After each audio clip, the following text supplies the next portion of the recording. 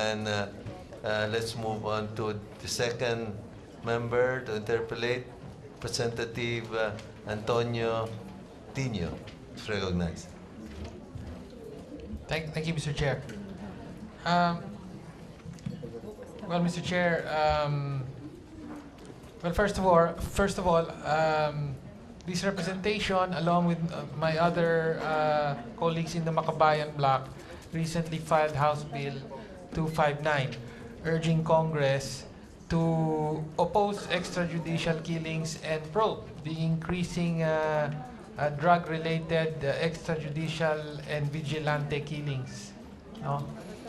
And so, in connection with this, we would like to hear from the CHR what they have done and what they intend to do in response to this issue.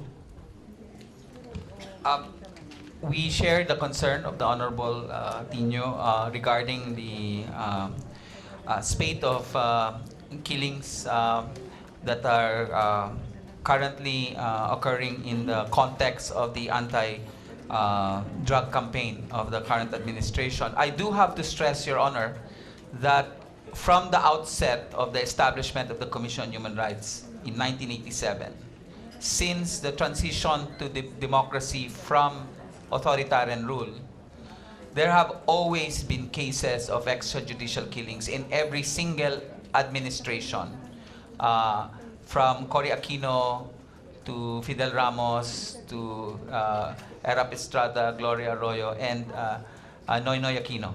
All of these previous administrations, there have been incidences of extrajudicial killings, and thus a significant part of the work of the Commission on Human Rights is in fact to respond to this situation, and our protection services are what are usually mobilized to respond to them. When cases occur, either as reported or we hear of it, or if there is a complainant, we send a team of investigators. Normally, it's a team of 3 or 4, both special investigators as well as lawyers, and in certain cases, including our own forensics team, to conduct fact-finding missions. So normally, these are after-the-fact responses. The human rights violations had already occurred, and the matter has been brought to our attention. We do have to stress that we have not experienced this scale or magnitude of cases since the Commission on Human Rights was established in 1987. Perhaps in previous, during the martial law period, there might have been a significant amount of cases, but of this nature or magnitude, none. Just to highlight, during 10 years ago, during the period of the administration of President Gloria Arroyo, there was a spate of extrajudicial killings that had occurred, normally involving not drug suspects, but human rights defenders, activists, and journalists. And this numbered in the over 100, in fact close to 200 cases. But these cases occurred over about a 12 to 18-month period. This prompted then Special Rapporteur Philip Alston to come and visit. If we go by the report of Director General De La Rosa yesterday, he had said that we currently have 1,160 recorded deaths under investigation, meaning possibly drug-related, but we have not identified the perpetrators, possibly vigilante killings or whatever, plus another 700 plus persons killed under police operations. So together, they're close to 1,900 in the last 55 days since July 1. So the magnitude or scale is unprecedented in that sense. And as a result, we confess that we are, as a Commission on Human Rights, unable to respond to every single case at this time. We are currently, in fact, only at less than 20%. We have active cases being investigated by our teams of 170. What we are doing is essentially documenting this, trying to dig deeper, go further. We are asking our investigators to look into the profiles of the victims and to see if what is being said, may mga karatula na nakalagay na wag tularan, drug pusher, etc. are part of the scenario. Our objective is essentially documentation and calling, of course, on the authorities to fully investigate this with respect, for example, to those that have been killed or accepted as having been killed because of police operations. We ask that the Internal Affairs Service step in because there is a provision in the PNP reorganization law that mandates the Internal Affairs Service to investigate every single instance where there is a discharge of a firearm or every single instance when there is a death that has occurred as a result of a police operation.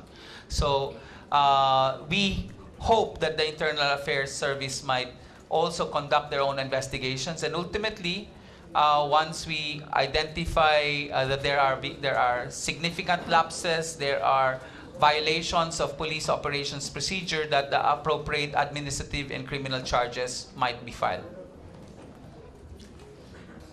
Thank you for that response.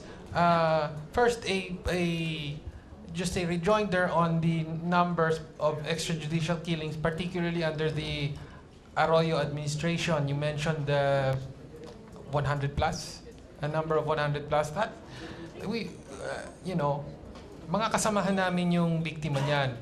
And we have always asserted na hindi lang yung 100 plus na official figure na kinikilala ng gobyerno ang biktima ng extrajudicial killing sa ilalim ni Arroyo. No, ang bilang na ginagamit namin at nilabas ng karapatan at the time, mahigit 1,000 yon. No, so let me just I just have to mention that, especially because a number of my own comrades in the Alliance of Concerned Teachers were victims themselves.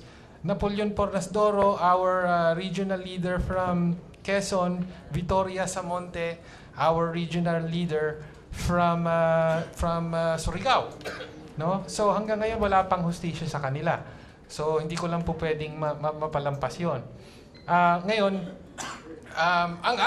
thank you for explaining. Ito yung SOP nyo in general, and then you mentioned generally that you have been investigating some cases. Can we have more concrete numbers? Ilan po ang mga insidenteng currently under investigation ng CHR? First of all, Your Honor, thank you again for clarifying that. When I said that more than 100 to close to 200, this was within the period that prompted the Special Rapporteur to come over.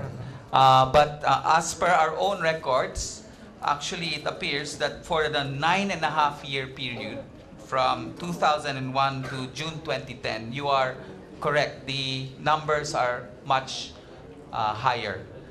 So I just wish to clarify that the context was only at that time, it was at that number. Of course, it continued beyond before the Alston. request of Alston to come, and also after he had left. With respect to the current number of cases we are investigating as a Commission on Human Rights, and I do have to stress that our instructions is to ultimately get to every single case.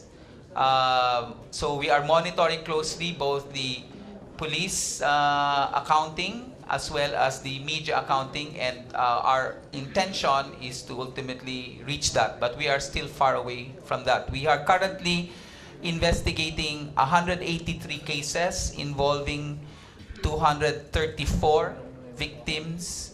93 of these are cases of deaths arising from police operations, and 90 of them are cases involving what are referred to as vigilante killings, or the term that the police are using now is death under investigation. Could we be provided with that information, please? Yes, Your Honor. And I have to say that each day we are also increasing the numbers of our ability of our teams to conduct this investigation. And at this point, are you in a position to come out with any findings on any of those cases? Yes, Your Honor. Right now, most of them are still active, but we have, I understand, completed findings on 2 cases of these. The one that has moved quite fast is the case involving the killings in detention in Pasay, involving father and son. Could we be provided with copies of those reports? Yes, Your Honor. Thank you. All right, so moving on, but still on the issue of extrajudicial killings, even though the focus is now on so-called drug-related extrajudicial killings, as you probably know, the extrajudicial killings of activists, of LUMAD leaders in particular, which were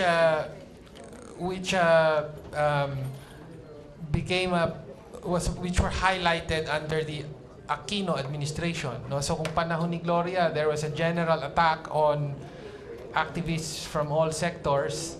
Under the Aquino administration, LUMAD leaders and LUMAD activists in particular were targeted. And they have continued until the present. Hindi pa natatapos ito. No? So, do you have any monitoring on the continuing spate of targeting and killing of LUMAD leaders in connection with the counterinsurgency activities of the AFP? Yes, Your Honor. We, in fact, in a few days, will be the first year anniversary since the deaths in Lianga, Surigao, which occurred in September 1 of last year. And there have, of course, and as a result of that incident, which was given national, international attention, as a course of the investigations, we have found out that there were many killings even prior to the 3 deaths at Lianga. And there have also been killings that have occurred after. We are currently actually completing a report on these killings with a set of policy recommendations about addressing the concerns of indigenous peoples more effectively and thoroughly. And prompted by this situation, the Commission has also decided, aside from the 4 centers that I mentioned that we are bolstering, we have decided to set up what we call an Indigenous Peoples' Rights Observatory, an IPRO. Oh, that's our acronym for it. And we are currently beginning to organize this, and the first initiative of the Indigenous Peoples' Rights Observatory is to do a baseline study on land rights issues impacting the indigenous peoples, because we have noticed in the course of our investigation a significant reason for many of the killings deal with ancestral domain and natural resources disputes. Hopefully this will help create a better picture of what the conditions faced by indigenous peoples are at this time. With your most updated numbers on the number of LUMAD killings, no? What I really want to know is, kasi yung mga human rights organization namin like Karapatan, meron silang mga listahan yan. What I want to know is, are you aware of these incidents yourself? Do you take cognizance of these as human rights violations, or ilan lang ang nakikita nyo at iniimbestigahan nyo? No? So what numbers do you have right now? I will give you that, Your Honors. But I have to say, part of our work is to relate with and work closely with human rights monitors on the ground. The Commission on Human Rights does not have provincial, municipal, or city offices. We are only in regional offices.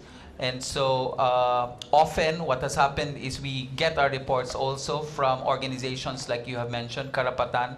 But I will probably venture to say that perhaps the list that Karapatan has may not be on all cases the same as the lists we have.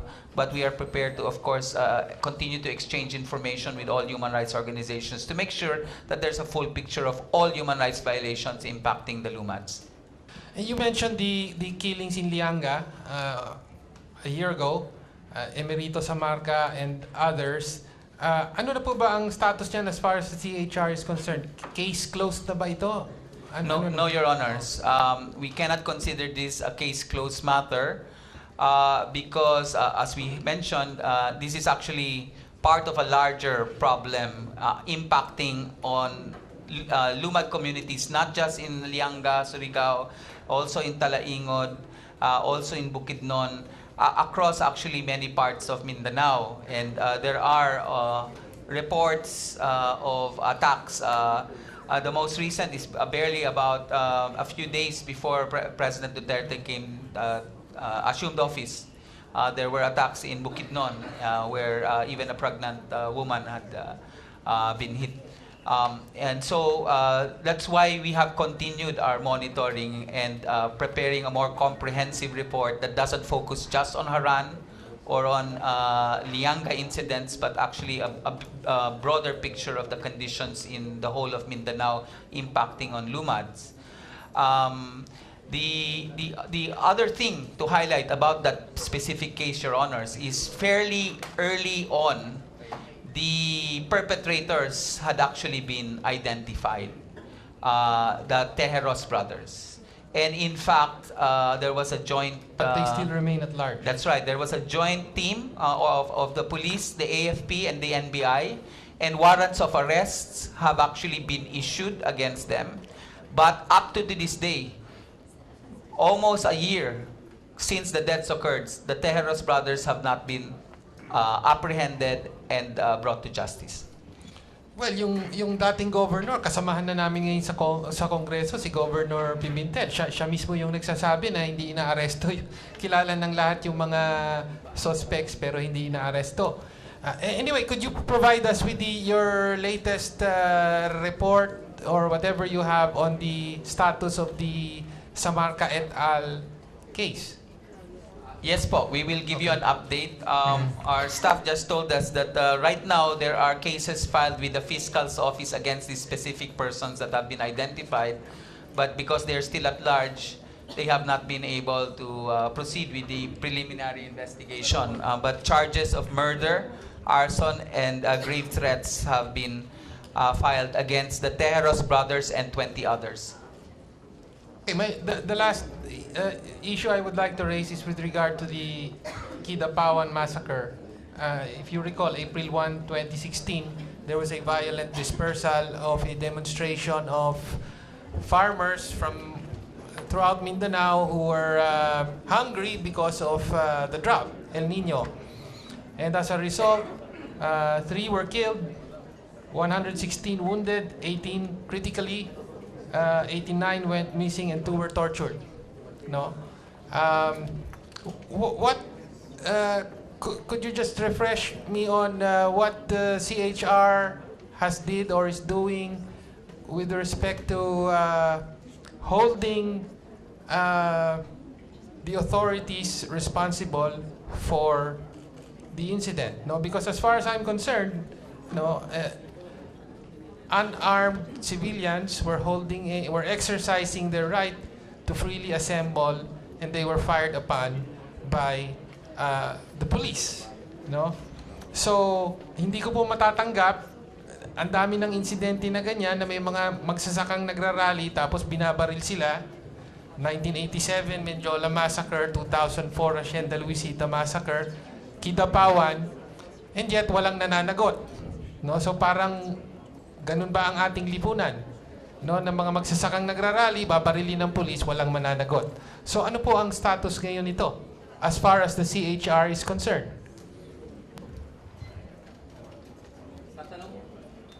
Tanong po ninyo na ganun lang po ba ang ating lipunan? Dapat po hindi. At in fact, na-mention po ninyo yung ilang kaso, yung mga attacks on farmers. Pero kasabay niyan yung attacks on lumads, attacks on strikers, etc. All of these paint a picture of impunity, Your Honors, where there are atrocities that occur, but the perpetrators are never brought to justice. And we hope that under the new administration and with the support of people like you in Congress, we might over time change this situation and move from impunity to justice. On the issue of the Kidapawan attack on the demonstration of farmers, we were fortunately, again, thanks to the media, no, we were able to deploy fairly quickly a team of investigators. And in fact, initially it was from our Region 12 office in Cotabato. Within less than 24 hours, we were in the area and began our. It happened on a Friday. They were there by Saturday morning po. And they asked for augmentation, so we sent a team from Regional 11 office. And then by Tuesday, we had been able to send a team from our central office. So it was a composite team of investigators, lawyers, and forensics from 3 offices of the CHR. And we learned many things from this experience, Your Honors. To be perfectly honest, Your Honor, prior to this incident, we had noticed that the response time of the Commission on Human Rights to cases had been far slower. For example, the killings in September, it took about a week before we got to Lianga, Your Honors. So that's one of the things we are trying to do internally as we're reforming the institution, to improve the ability of our investigators to respond more quickly, if it's possible, real time. And as a result, we were able to come out with a final report on the Kidapawan incident 2 months after the event. So, and we have found accountabilities on the part of different persons, including those from the security sector, and have made recommendations for charges, both administrative and criminal, to be made. This report has been made public. We have given it to the government agencies concerned. You have to understand, Your Honors, the extent of the mandate of the Commission on Human Rights is fact-finding and investigation. We are currently unable to exercise any powers or authority of prosecution ourselves. And as a result, all we can do is, after we come out with the report, is to follow up that these prosecutions and charges are ultimately filed. We will have to check if, in fact, any of those that we have identified in Kidapawan, the Kidapawan incident, have already been charged. Well, could you give me a copy of that report? And also, very briefly, what are the findings with respect to the authorities? No, meron pa kayong recommendation to file charges? I don't have the report here right now, but yes, there were recommendations to file charges. We also found a significant lapse in the ability of the police forces there to address the demonstration, because there was a lack of orientation, lack of preparation, lack of equipment. That if they, they were probably, the police that were on the ground were not sufficiently prepared to address a crowd of that magnitude, and this probably exacerbated the violations that had occurred. So we made recommendations about improving as well the ability of the police to manage public demonstrations of this character. Commissioner Karen has a file copy, And so, of the decision. So here, if you would, this was, it's not the report, it's just our statement on it. The last 3 paragraphs say, the report found that excessive force was used by the PNP against the farmers' protesters, contrary to protocols prescribed in police operations manuals. Evidence gathered showed that the PNP fired the first gunshot. Worse, the arrest and detention of farmers' protesters were attended by excessive and unjustified force, which it said must be investigated and responsible persons prosecuted. The CHR will be granting financial assistance to the families of 2 victims who were killed and 10 who were injured, including the 3 police officers during the ill-fated protest action. The CHR also called to task the Office of the Public Prosecutor of Cotabato, particularly the inquest prosecutors, who failed to properly exercise their mandate in determining probable cause in the arrest of the 81 farmers. Because as you remember, after the protest, there were 81 farmers that were also arrested. And we felt that that was, again, a violation because they didn't follow the proper protocols for inquest. The report pointed out that had the inquest prosecutors been more discerning, they would have easily established the unlikelihood of pregnant women and senior citizens assaulting police officers. So these were part of our findings, Your Honor. Thank you, Mr. Chair. That ends my interpellation. Thank you, Chairman. Thank you, Honorable Tinio. We now recognize Representative Mahmoud Mending.